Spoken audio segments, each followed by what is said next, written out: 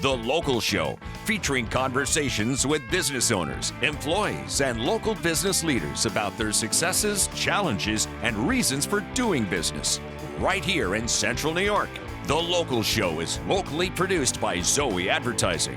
Now your hosts, Tom and Steve. Welcome in, ladies and gentlemen. This is the 2024 summer edition of The Local Show. Hey, summer edition. There you go. I'm your host, Tom Soccocio Jr., along with my friend and co-host, Steve Roberts. The Local Show features conversations about local businesses. We talk to the business owners, CEOs, CFOs, entrepreneurs, nonprofits, business advocates, and other business-friendly organizations. We learn how they got into business and why they do business right here in Syracuse, New York, where their businesses might be going in the future. You're going to hear all about their successes, their challenges, opportunities, marketing, and advertising. We're broadcasting from the Zoey Advertising Studios, sponsored by Safe Harbor Wills and Trusts, and you can see us on YouTube as well. Good weekend to Steve Roberts. How are you there, Steve? I am doing okay, Tom. Still a little sore. Because you were riding your boat or well, we're skiing moving some things around. No, I was actually, the boat is on blocks, so I was cleaning the side of the boat. You're not going to catch many fish that way. No, and so, you know, Oneida Lake sticks to your boat. It does.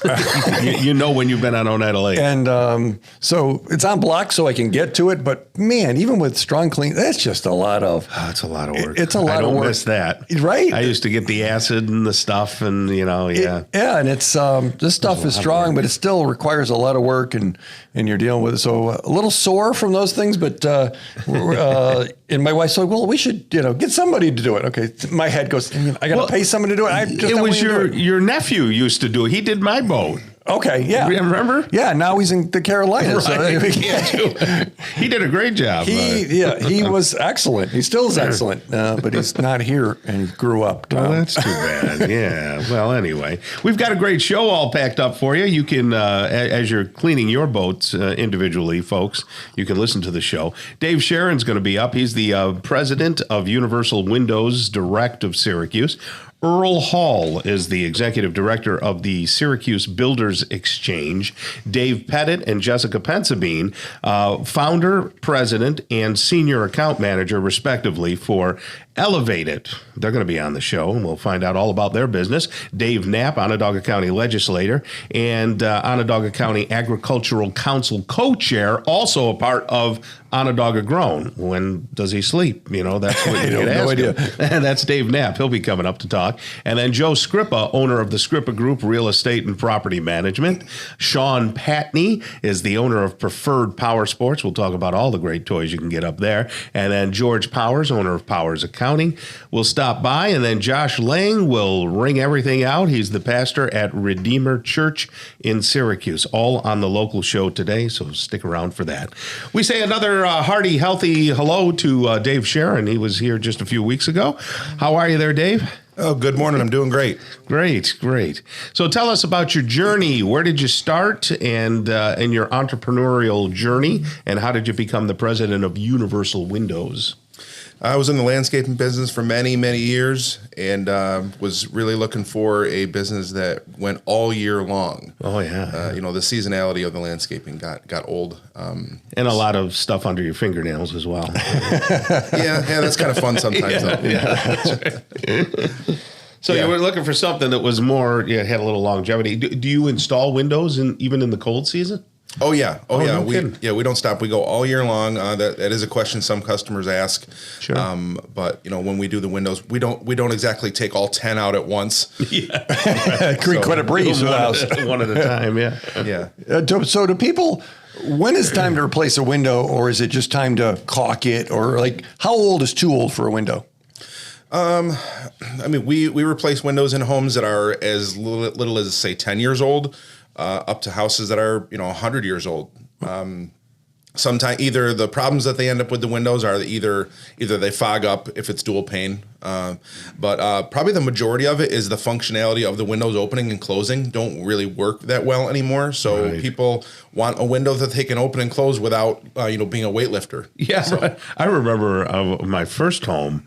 It had balancers in Tom, the wall. I was thinking those and you could hear it, going up. It had weights and a rope. Yeah. I was just thinking about that. It was on like a wheel. Yeah, the little wheels. Yeah, and, sure. and if the rope broke, you'd smash your hand and it'd go goosh. So do you still see people that have those windows? Oh yeah.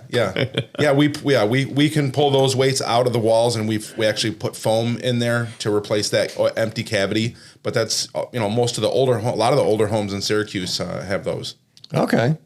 So what are people replacing with? What's a new window compared to an old? What are they getting? The most common window nowadays is a vinyl window. There are other options, but the vinyl is by far the most popular option, and that's what we sell. We sell a 100% virgin vinyl window. We don't use any recycled products in the vinyl.